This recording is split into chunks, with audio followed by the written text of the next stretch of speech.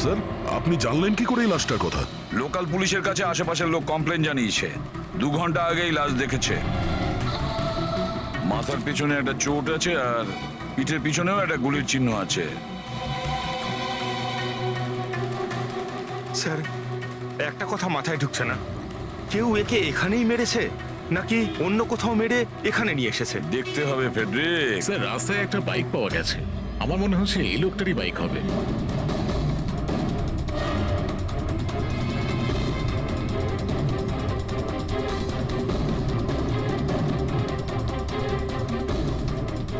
Skid mark. Sir, মনে হচ্ছে এই লোকটা বাইকে যাচ্ছিল, কেউ পেছন থেকে গুলি করে দিয়েছে। ডিসব্যালেন্স হয়ে গেছে, গাড়ি বাইক স্কিড হয়ে এখানে কারোর সঙ্গে ধাক্কা লাগিয়েছে আর ওর বডি এখানে নিচে পড়ে গেছে। মাথায় চোট ওই সময় লেগেছে স্যার।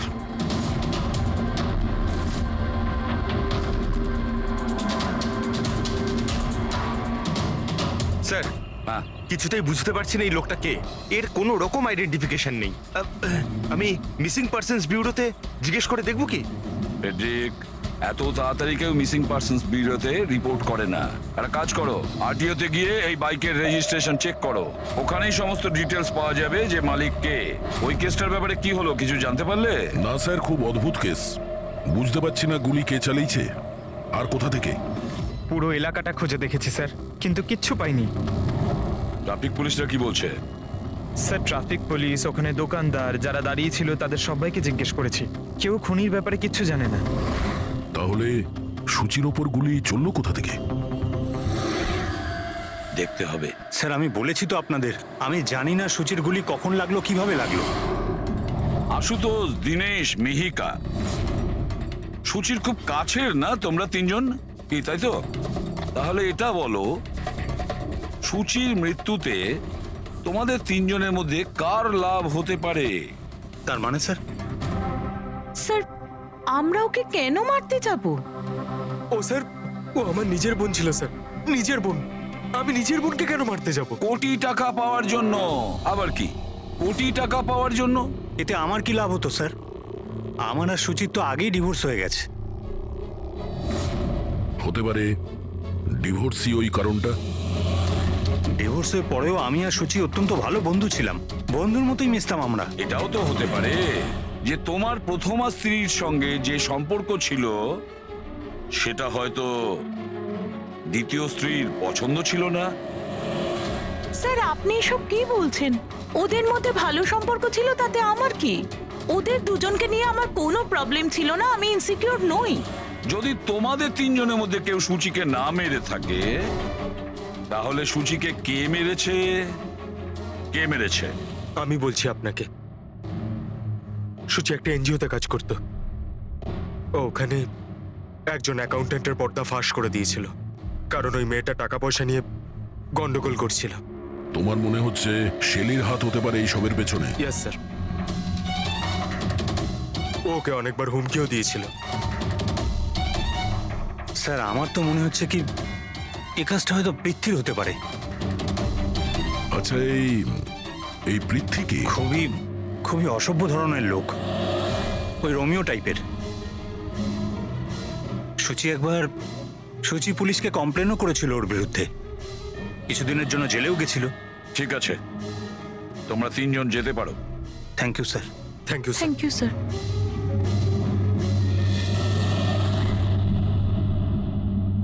স্যার, তিনজনকেই বিশ্বাস হচ্ছে না। এই তিনজনের উপর কড়া নজর রাখো।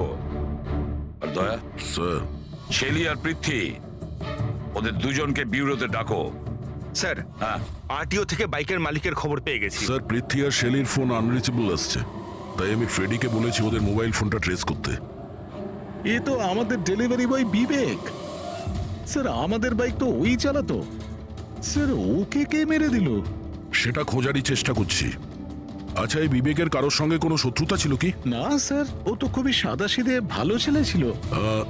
কবে থেকে কাজ করছিল এখানে? গত 1 মাস ধরে রাজস্থান থেকে এসেছিল, খুব পরিশ্রমী ছিল। স্যার, ও তো শহরে কাউকে চিনতও না। এ কোথায় যাচ্ছিল ডেলিভারি করতে? কোথাও নয় স্যার, আজ তো ওর ছুটি ছিল, ওই জন্য আমার বাইক নিয়ে ঘুরতে বেরিয়েছিল। আচ্ছা, ওর বাড়ির অ্যাড্রেস দিতে পারবেন? স্যার ওর বাড়ির অ্যাড্রেস তো নেই, ও এই দোকানেই শুতো। আচ্ছা, জিনিসপত্র কিছু? স্যার এই ওর একটা বাক্স আছে। এটা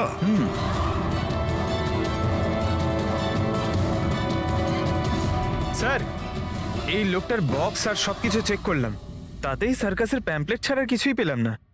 হয় ও সার্কাস খুবই পছন্দ করত, না হলে নিজের ফ্রি টাইমে প্যাম্পলেট বানিয়ে টাকা রোজগার করত। এটা এমন একটা মার্ডার যাতে কোনো সাসপেক্টই নেই। আচ্ছা, বিবেকের মতো এই ধরনের গরিব লোকদের মেরে কার কি লাভ হতে পারে? সেটাই তো। আর ওদিকে সূচি, দ্বিতীয় মার্ডার, যারা সন্দেহের তালিকায় অগণিত, তাদের মধ্যে যে কেউ গাড়ির সামনে গিয়ে গুলি করে মারতে পারে সূচিকে। না বস, আই এম সরি বাট আমি তোমার সঙ্গে একমত হতে পারছি না। কোন কথা? সেটা এই যে কেউ একে পাশ থেকে গুলি করেছে। তার মানে? স্যার তার মানে এটা।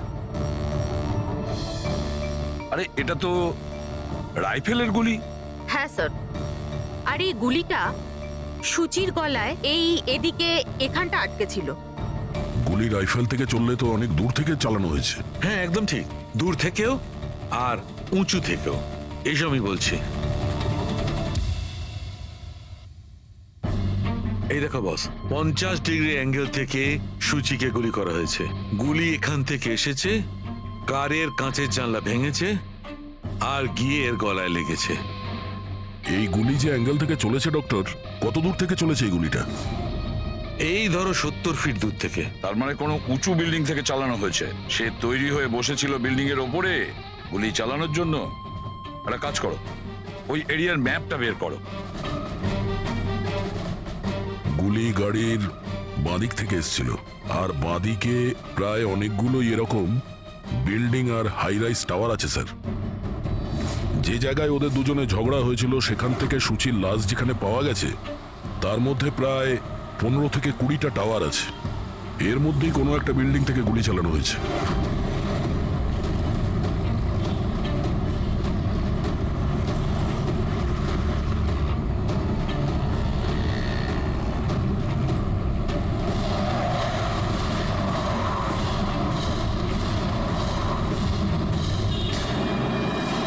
বাস ঠিক আছে।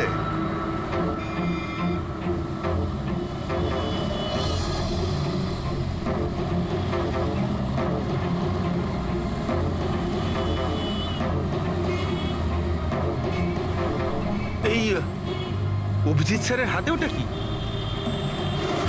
মার কাছে ফ্রেডি, ঠিক সেই হাইটে যে হাইটে সূচির গুলি লেগেছিল। আর আমার হাতে এই ডিজিটাল ডিস্টেন্স রিডার আছে। এর থেকে এই লেজার লাইট যদি ওই মার্কেট ঠিক যায়, তাহলে তার মানে গুলি এখানে এই বিল্ডিং থেকেই চালানো হয়েছে। সব মাথার উপর দিয়ে গেল। ঠিক আছে, এটা এখনই করে দেখছি। হ্যাঁ দয়া, আমি তৈরি। ওকে অভিজিৎ, একটু ডান দিকে এসো, ডান দিকে। হ্যাঁ, ঠিক হালকা আছে। হ্যাঁ একটু বাঁদিকে। ব্যাস ব্যাস ব্যাস, ঠিক আছে। একটু পেছনে, একটু পেছনে। দেখেছো, এই লেজার ঠিক ওই মার্কে হিট করছে না, হিট করছে না ওখানে। গুলি এখান থেকে চালাইনি স্যার। এক্স্যাক্টলি। আরে স্নাইপারের কাছে অত সময় ছিল না নিশানা ঠিক করার জন্য যখন ও সূচিকে গুলি চালিয়েছিল।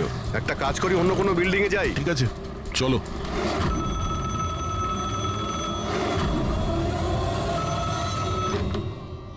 হ্যালো। হ্যাঁ হ্যালো। আচ্ছা, এটা কি ফ্যান্টাসি সার্কাস জয়পুর রাজস্থানের অফিস? হ্যাঁ ঠিকই, বলুন। দেখুন, আমি মুম্বাই সিআইডি থেকে এসিপি পদ্মুমান বলছি। আপনার ওখানে কোনো বিবেক নামে কেউ কাজ করতো? হ্যাঁ হ্যাঁ, বিবেককে আমি চিনি তো। ও এই সার্কাসেই কাজ করতো। কেন, কি হয়েছে? কি কাজ করতো বলতে পারবেন আপনি? দেখুন স্যার, আপনার সঙ্গে সারাদিন ফোনে কথা বললে আমার শো ক্যান্সেল হয়ে যাবে। আমি আপনার কথা আমার মালিককে বলে দিচ্ছি, উনি আপনাকে ফোন করে নেবেন। ঠিক আছে? হ্যালো।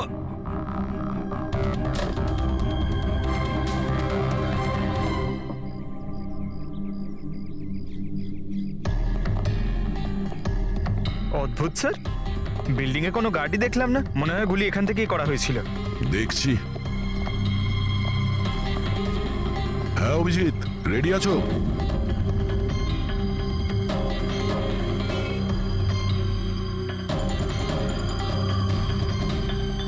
না অভিজিৎ, এখান থেকে টার্গেট ঠিকঠাক লাগছে না, একটু ডান দিকে এসো, ডান দিকে আর একটু।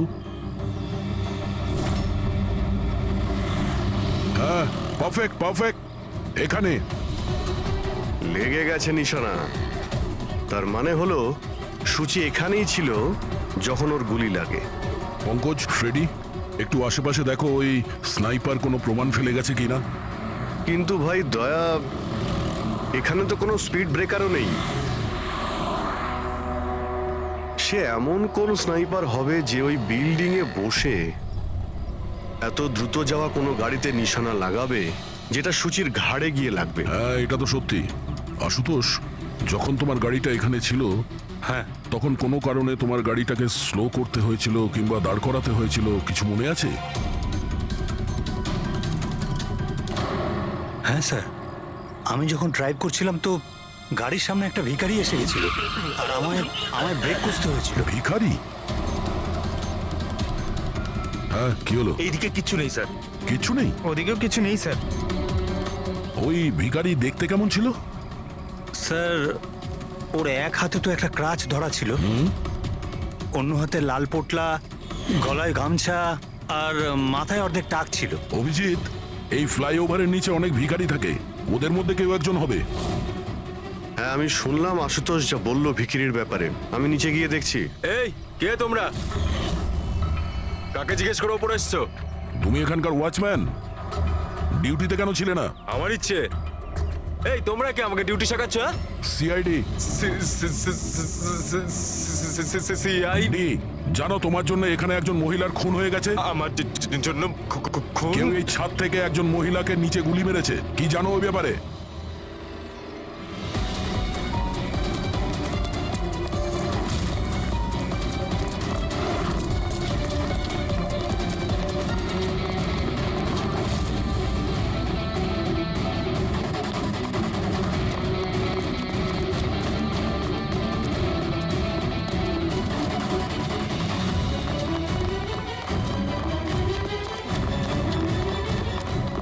এই দাঁড়া বলছি। স্যার, স্যার আমি কিছু করিনি স্যার। স্যার আমাকে ছেড়ে দিন স্যার, আমি কিছু করিনি। কিচ্ছু করিসনি, কিচ্ছু করিসনি তুই। চল। আমি ভয় পেয়ে গেছিলাম স্যার। কেন ভয় পেয়েছিলি? কি জানিস এই খুনের ব্যাপারে? স্যার, আমি টাকা নিয়েছিলাম, কিন্তু এটা বলেনি যে ও কাউকে খুন করতে চলেছে স্যার। কে ছিল ওই লোকটা? আগে কোনোদিনও দেখিনি স্যার। ও বলেছিল যে ও বিল্ডিং এর ছাদে গিয়ে ওর গার্লফ্রেন্ডকে প্রপোজ করতে চায়। স্যার, ও 2 ঘন্টার জন্য 15,000 টাকা দিয়েছিল স্যার। আমি তো এত টাকা এক মাসেও কামাইনি স্যার কোনোদিনও। স্যার, ও হেলমেট পরেছিল আর চোখে চশমাও ছিল।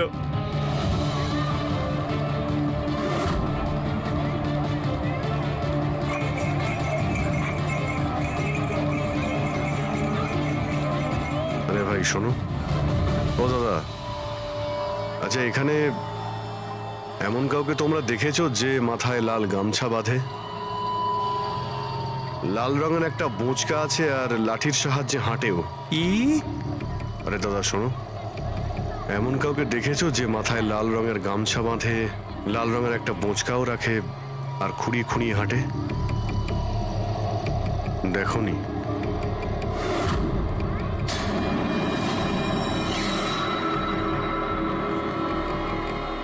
আরে ভাই শোনো,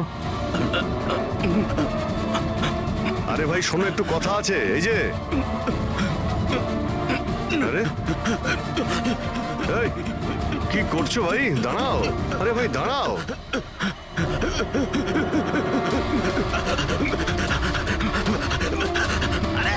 আমি কিছু করিনি। আমার কাছে কোনো টাকা পয়সা নেই। আমি কোনো কিছু চুরি করিনি। আমি একজন ভিখারি। আরে ছেড়ে না আমাকে। ল্যাংড়া সাজার নাটক করছিস? তুই জানিস ল্যাংড়াদের কতটা কষ্ট হয়? আরে কতবার করে বলবো, আমার কাছে কিছু নেই। আমি রাস্তার ভিখারি, আমি সত্যি বলছি। এই, তুই সেদিন ইচ্ছে করে লাল গাড়ির সামনে পড়েছিলি না? কোন লাল গাড়ি? আমি কোনো লাল গাড়ির সাথে আসেনি তো। স্যার, এটা কি গুন্ডামি হচ্ছে? আপনি ওকে ছেড়ে দিন, এটা কিন্তু ঠিক হচ্ছে না, আমি বলে দিচ্ছি কিন্তু। এই, সর। আমি সিআইডি থেকে। আরে আমি কোথায় পালাচ্ছিস? ভদ্রভাবে বলে দে, না হলে আমি রেগে গেলে কিন্তু এর ফল খুবই খারাপ না হবে। স্যার, আপনি যদি সত্যি সিআইডির লোক হন, আমি সব বলছি। একটা লোক আমাকে টাকা দিয়েছিল এসব করার জন্য, আর ও বলেছিল যে যখনই একটা লাল গাড়ি আসবে তার সামনে পড়ে যেতে, তাই আমি করেছিলাম স্যার। তুই কি করে জানলি যে লাল গাড়ি কখন আসবে? ওই ছাদে একটা লোক দাঁড়িয়ে আমাকে ইশারা করছিল, ওই রকমই। ও যে ইশারা করবে আমি তখনই লাল গাড়ির সামনে উল্টে পড়ে যাব। প্ল্যান ছিল স্যার। জানিস একটা মহিলার খুন হয়ে গেছে তোর এই প্ল্যানের জন্য? সাহেব আমাকে ক্ষমা করে দিন, দেখুন আমি রাস্তার একজন ভিখারি। ঠিক আছে, তুই এটা বল ওই লোকটা দেখতে কেমন ছিল? ওই স্যার, ও হেলমেট পরেছিল, মোটরসাইকেলে এসেছিল, আমি তো ওর মুখটা দেখতেই পাইনি। আরে ভাই, কিছু তো দেখেছিলি, কিছু তো শুনেছিলি। ওর একটা ফোন এসেছিল, ফোনে বলছিল যে তাড়াতাড়ি দেখা করতে এসো, আর উত্তরে বললো যে আমি ওখানে পৌঁছচ্ছি। কোথায় কোথায় পৌঁছতে বলছিল, তোর মনে আছে কিছু? হ্যাঁ, মনে পড়েছে, ভান্ডুপ মিল। ভান্ডুপ মিল? ভান্ডুপ মিল? আচ্ছা, ঠিক আছে, ঠিক আছে, ফিরে এসো, আমি স্যারকে ইনফর্ম করছি। Okay sir. হ্যাঁ, অভিজিৎ ভান্ডব মিল থেকে ফিরে আসছে। ও বলছে যে মিল একদম ফাঁকা পড়ে আছে, কোনো প্রমাণই ওর হাতে পড়েনি। খুনি তো ওখান থেকেই পালিয়ে গেছে। হতে পারে অভিজিৎ পৌঁছানোর আগেই ওখান থেকে ও পালিয়ে গেছে। পঙ্কজ, হ্যাঁ স্যার। পঙ্কজ একটা কাজ করো, যখন সূচির গুলি লেগেছিল ঠিক ওই সময়ে ওই এরিয়াতে কতগুলো মোবাইল অ্যাক্টিভ ছিল খোঁজ নাও। স্নাইপারের ফোন ওদের মধ্যেই কারোর হবে। স্যার, হ্যাঁ, হ্যাঁ পঙ্কজ, এটাও দেখো ওর মধ্যে কতজন লোক ভান্ডুপ মিলে গেছিল। স্যার,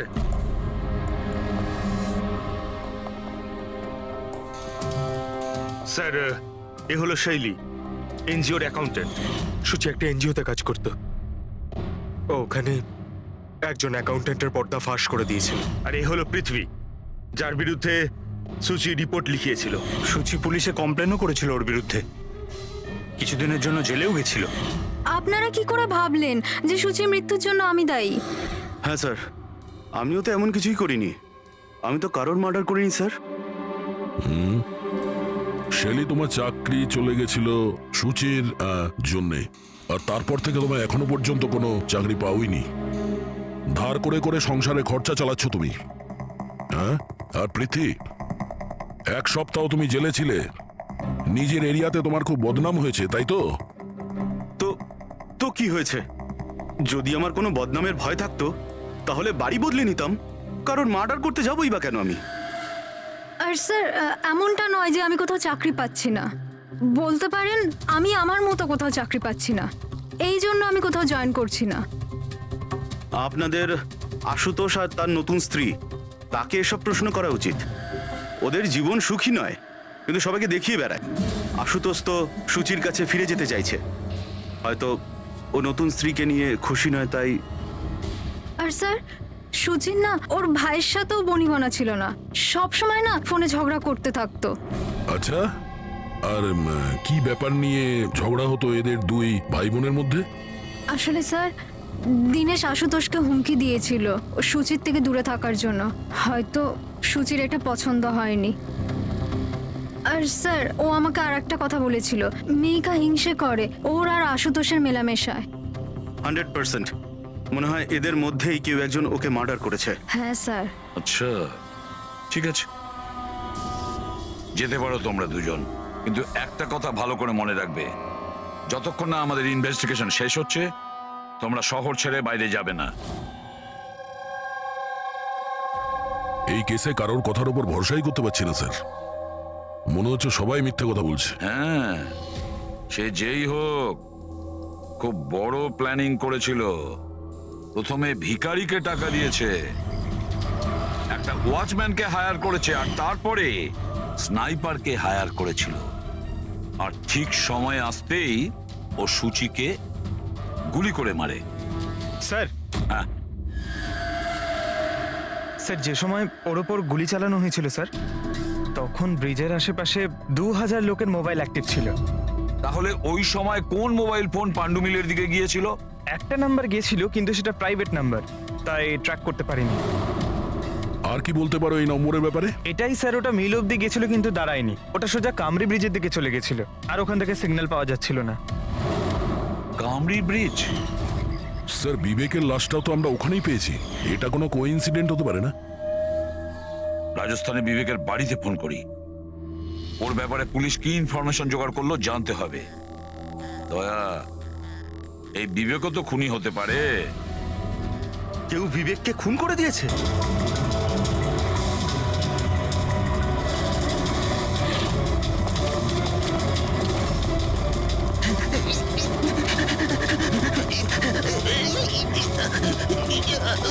এই না, আরে তুই বারবার পালাস কেন? হ্যাঁ, বারবার আপনারা আমার পিছনে পড়ে আছেন কেন? পিছনে তোর পড়ে সঙ্গে আছেন কথা কেন? আছে। আমি কিছু কথা বলতে চাই না। অনেক হয়ে গেছে স্যার, আপনারা আমাদের এইভাবে বিরক্ত করতে পারেন কেউ না। তোমাদের জ্বালাতন করছে না, আমরা নিজেদের কাজ করছি। যাও। কিছু শুনতে চাই না, যান এখান থেকে। আরে একজনের খুন হয়েছে, তোমরা কি বুঝতে পারছো না? তা কি হয়েছে? আমরা কি খুন করেছি নাকি?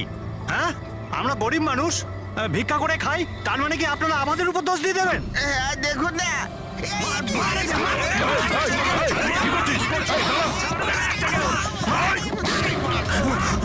অভিজিৎ, তুমি ঠিক আছো? আরে না, ও নো, রক্ত বেরোচ্ছে। কি করলে তোমরা? হ্যাঁ, এই দেখ, এই লোকটা টাকা দিয়েছিল তোকে। সেরো মারা গেছে। হ্যাঁ, ও মারা গেছে। ভালো করে দেখ, এটা কি সেই লোকটা যে তোকে গাড়ির সামনে পড়তে বলেছিল? একটু জুম জুম করুন।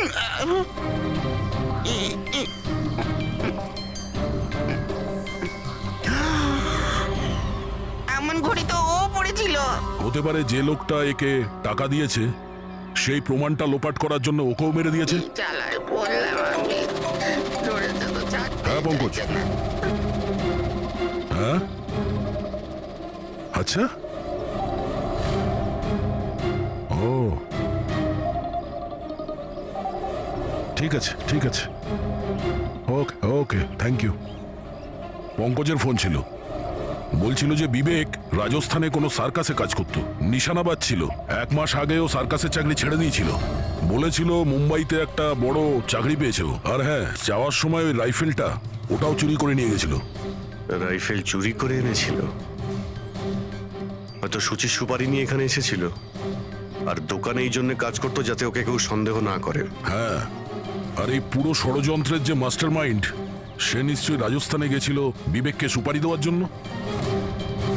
কে হতে পারে এই মাস্টার মাইন্ড, যাকে চোখের সামনে দেখেও ধরতে পারছি না?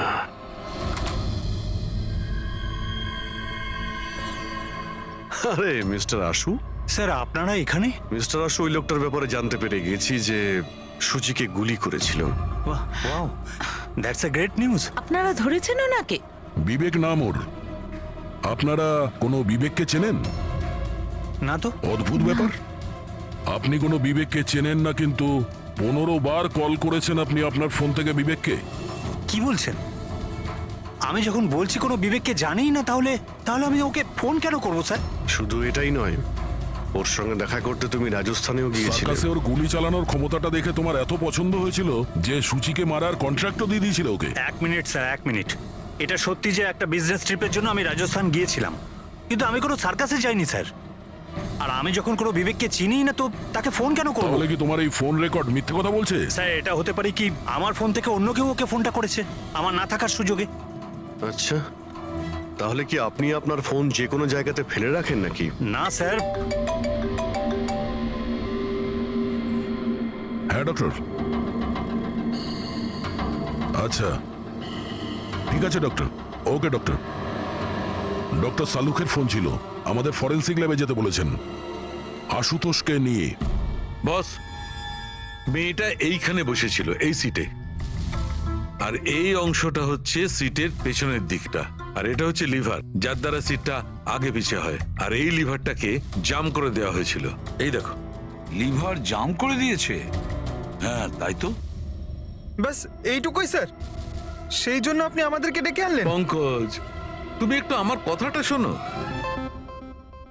সূত্র এইটা নয় যে লিভারটা আটকে দেওয়া হয়েছে, সূত্রটা এই যে এটাকে জেনে বুঝে আটকে দেওয়া হয়েছে। কিন্তু স্যার, কেউ জেনে বুঝে সিটটাকে খারাপ করবে কেন?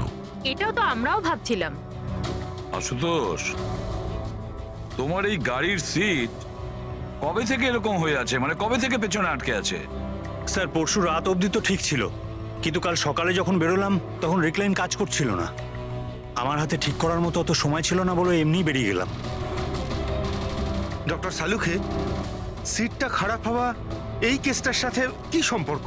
সম্পর্ক আছে ফ্রেডি। সম্পর্কটা হচ্ছে এইটা যে খুনি চাইছিল সিটটা পেছনে হেলে থাকে, সুচির পজিশনটা এইরকম থাকবে পেছনের দিকে।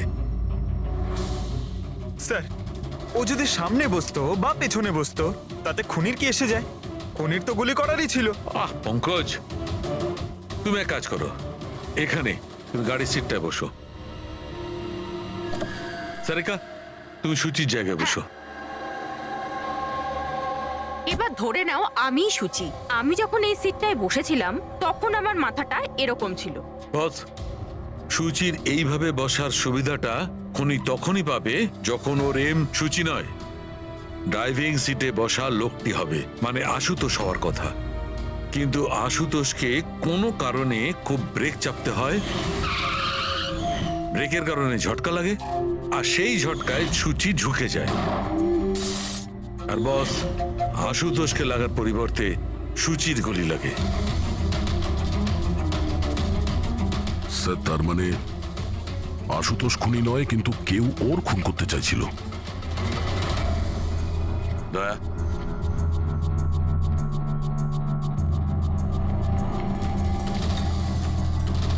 আশুতোষ, হ্যাঁ স্যার। তুমি একটা কথা বলো, তোমার কি কোনো শত্রু আছে? এমন কোনো শত্রু যে তোমাকে প্রাণে মেরে ফেলতে চায়? ভেবে চিনতে বলো, ভাবো। না স্যার, আমার কারোর সাথে কোনো শত্রুতা নেই। না আশুতোষ, কেউ তো নিশ্চয়ই হবে যে তোমাকে প্রাণে মেরে ফেলতে চায়, তোমার সিটের লিভারটা জাম করে দিয়েছে। না স্যার, এটা তো হতেই পারে না, কারণ এই গাড়িটার একটাই মাত্র চাবি, আর সেটা সবসময় আমার কাছেই থাকে। আমি তো কিছুই বুঝতে পারছি না আমি স্যার, যে এসব কি করে হলো। কোনো ব্যাপার নয় আশুতোষ, ও যেই হোক না কেন আমরা খোঁজার চেষ্টা করব যে কে তোমাকে মারার চেষ্টা করছে। ঠিক আছে, চলো যাই, চলে এসো। হ্যাঁ স্যার। স্যার স্যার, আমরা আশুতোষকে ছেড়ে দিলাম কেন? খুনি যদি আবার ওর উপর আক্রমণ করে তাহলে? দেখে যাও তুমি পঙ্কজ, এবার আমরা আশুতোষের প্রতিটা মুভমেন্ট ট্র্যাক করব, সব কথা আমরা শুনতে পাবো। স্যার, সেটা কিভাবে? দয়া যে ট্রান্সমিটার বাগ লাগিয়ে দিয়েছে।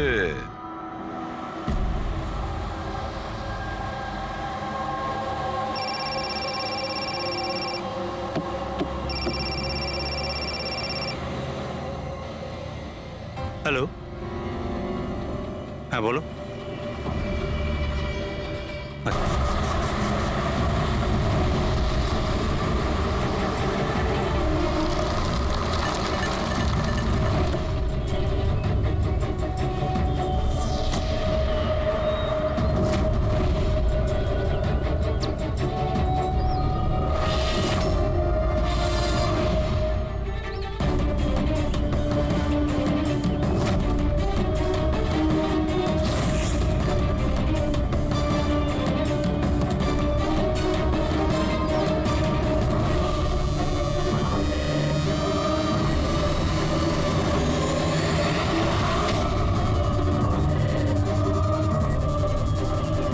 এটা কি করছো? গান? মাই গড, গুলির আওয়াজ পেলাম। দয়া, তাড়াতাড়ি চলো, আবার একটা যেন খুন না হয়। স্যার, এই তো আমরা পৌঁছচ্ছি। স্যার, হ্যাঁ, আমাদের যে এই সাসপেক্ট আছে, এক্ষুনি খবর পেলাম যে ও রাজস্থান গিয়েছিল আশুতোষকে ফলো করতে করতে। ও তো আশুতোষের খুব কাছের লোক ছিল।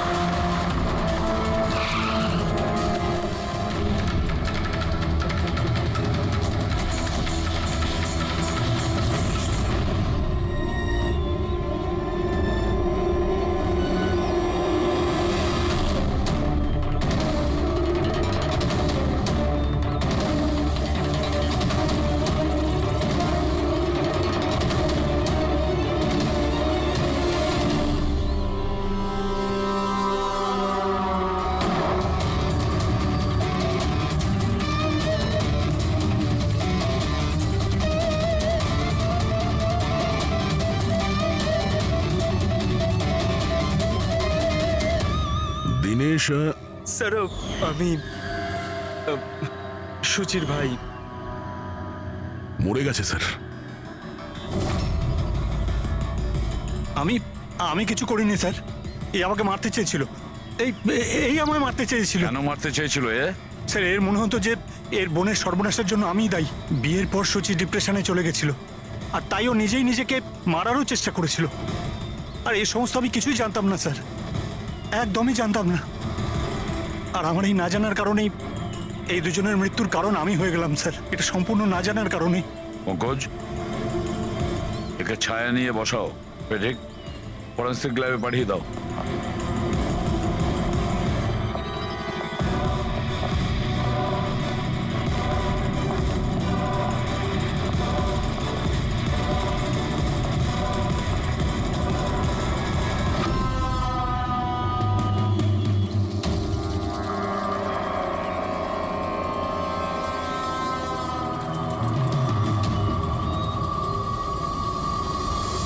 গল্পে একটা নতুন টুইস্ট।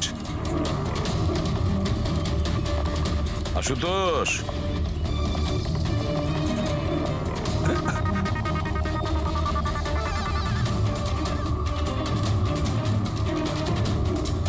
এটা কি চেনো? না স্যার, আমি ঠিক জানি না। জানো না? এক্ষুনি জেনে যাবে। পঙ্কজ, চেক করো ওকে। কিন্তু কেন? হাত উঁচু করুন, জানতে পেরে যাবেন আপনি। স্যার আমি তো কিচ্ছু করিনি, বা আমি নিরপরাধ। আপনারা কেন আমার তল্লাশি নিচ্ছেন? আমার কথা বিশ্বাস করুন স্যার, আমার কাছে কিছু।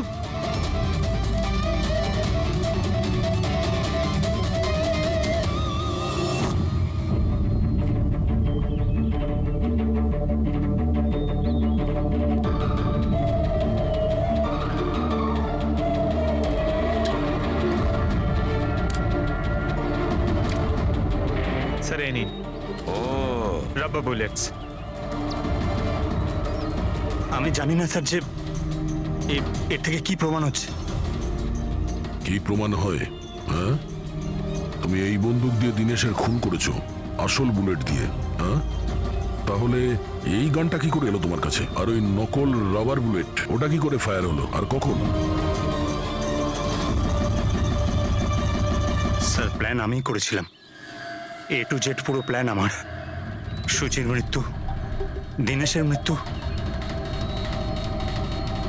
আর ওই প্ল্যানটাও এই জন্য যে আপনাদের মনে হয় যে সুচির মৃত্যুটা ভুল করে হয়েছে, কিন্তু আসল টার্গেট আমিই ছিলাম।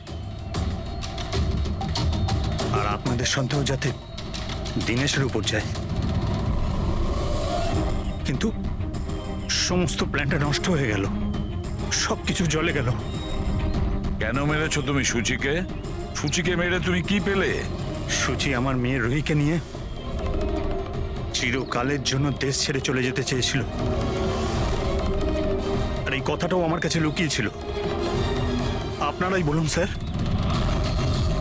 আমার একমাত্র মেয়েকে নিজের থেকে দূর কিভাবে করতে দিতাম? আর সেই জন্য তুমি বিবেক মানে একজন শার্প শুটারকে টাকা দিয়েছো নিজের স্ত্রী সুচিকে মেরে ফেলার জন্য, আর যেই ও তোমার কাজ শেষ করেছে ওকেও মেরে দিয়েছো। তুমি দিনেশকে কি এমন কথা বলেছিলে যে ও মারার জন্য তোমাকে এখানে চলে এলো?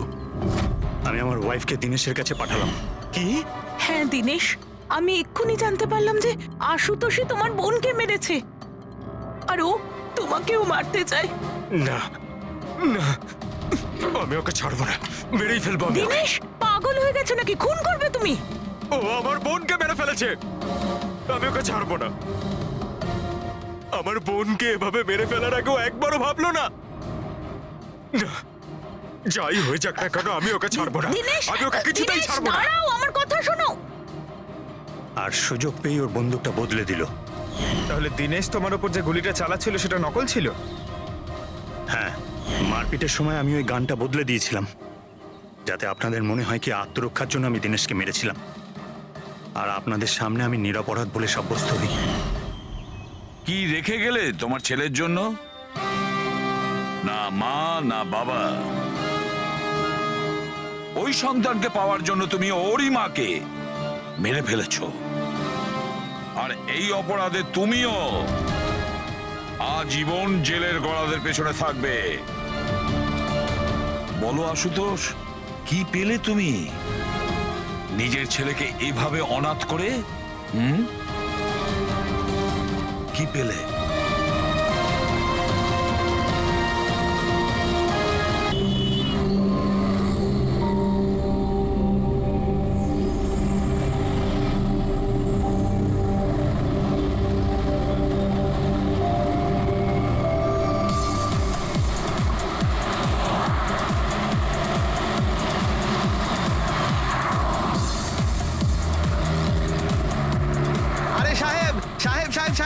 এটা নিন না। আরে দেখুন না, দেখুন না, দেখুন না, একটু ধরে দেখুন না, অনেক ডিসকাউন্ট পাবেন, অর্ধেক দামে দিয়ে দেবো আমি। না, না, চাই না। আরে একবার দেখুন না, অনেক ভালো কোয়ালিটির এটা। আরে ভাই, একবার আরে বললাম না, দেখুন না, চাই না। দেখুন না, কোয়ালিটি দেখুন না। আরে শুনুন না ম্যাডাম, দেখুন না, আরে কোয়ালিটিটা দেখুন ম্যাডাম, কিনুন না, ভালো কোয়ালিটির এগুলো, খুব ভালো কোয়ালিটির ম্যাডাম। আরে কেন বিরক্ত করছো ভাই? একবার তো বললাম চাই না। ও দাদা, এই ম্যাডামের মনে হয় কিছু একটা হয়েছে। আরে কিচ্ছু হয়নি ওর। আরে দেখুন না, ঘুমোচ্ছে। ওনার ঘাট থেকে রক্ত বেরোচ্ছে। কি? হ্যাঁ, দেখুন ওনার রক্তে ভেসে যাচ্ছে। সুচি? ওই যে, সুচি? ওই দেখুন, দেখুন, ওই যে। সুচি?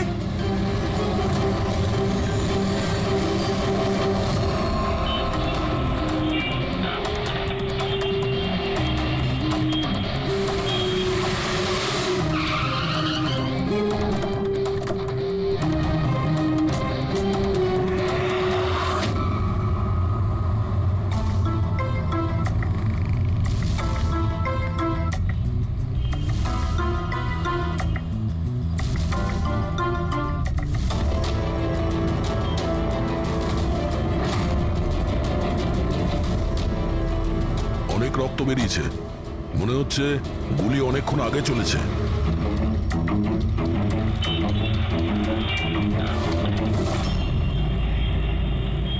এসব কি করে হলো মিস্টার আশুতোষ। আচ্ছা, আর এনার নাম কি? ইনি আমার স্ত্রী সুচি।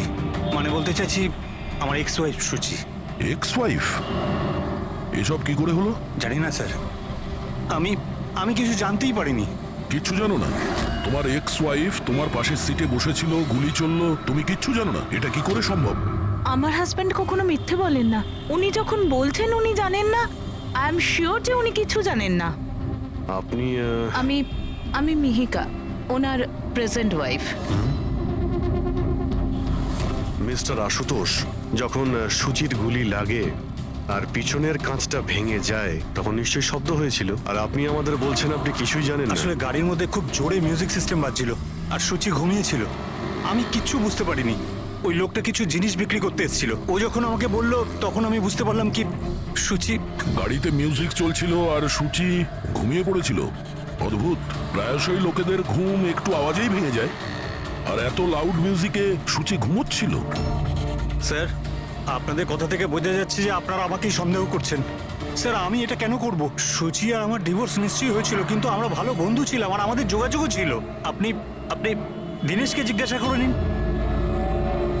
দীনেশ? স্যার, আমি সুচির ভাই। ও ঠিকই বলছে স্যার, ডিভোর্সের পরেও ওর আর সুচির মধ্যে খুব ভালো সম্পর্ক ছিল, কখনো কোনো ঝামেলা হয়নি। আচ্ছা, তো আপনারা কোথায় যাচ্ছিলেন বলুন তো? আমাদের মেয়ে রুহি বোর্ডিং স্কুল থেকে ফিরছিল। তাহলে এই সুচি কি গাড়িতে ওঠার পরেই ঘুমিয়ে পড়ে নাকি পরে? স্যার, ব্যাপারটা হলো আমাদের মধ্যে একটু আগে ঝগড়া হয়েছিল। আশুতোষ, রুহি স্কুল খুব ভালো, এই স্কুল চেঞ্জ করার কোনো দরকারই নেই। সুচি, এই স্কুলটার টাকা পয়সা খুব বেশি, আমি এর ফিসটা জোগাড় করতে পারবো না। কিন্তু আমি করতে পারি, আর আমি আমার মেয়ের এডুকেশনে কোনো কম্প্রোমাইজ করব সুচি, না। আমি তোমার থেকে টাকা নিতে পারবো না। কেন? ও,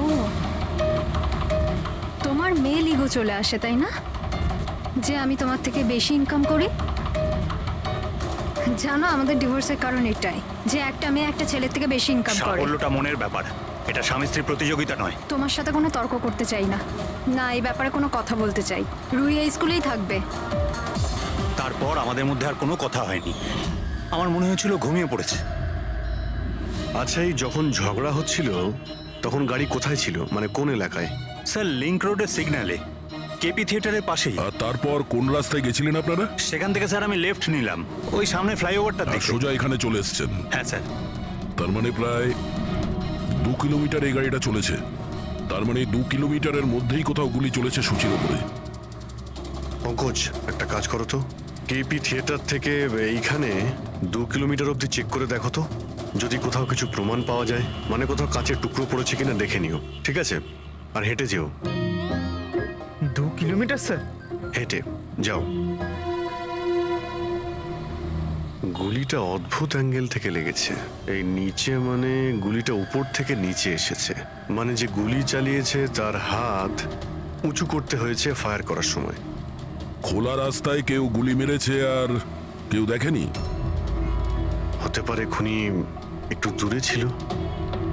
তাও গুলি করা খুবই মুশকিল ছিল এই চলন্ত গাড়িতে আর তাও তখন যখন খুনি হয়তো গাড়িতে বা কোনো বাইকে ছিল। তবে এইভাবে গুলি করাটা কিন্তু সহজ নয় দয়া।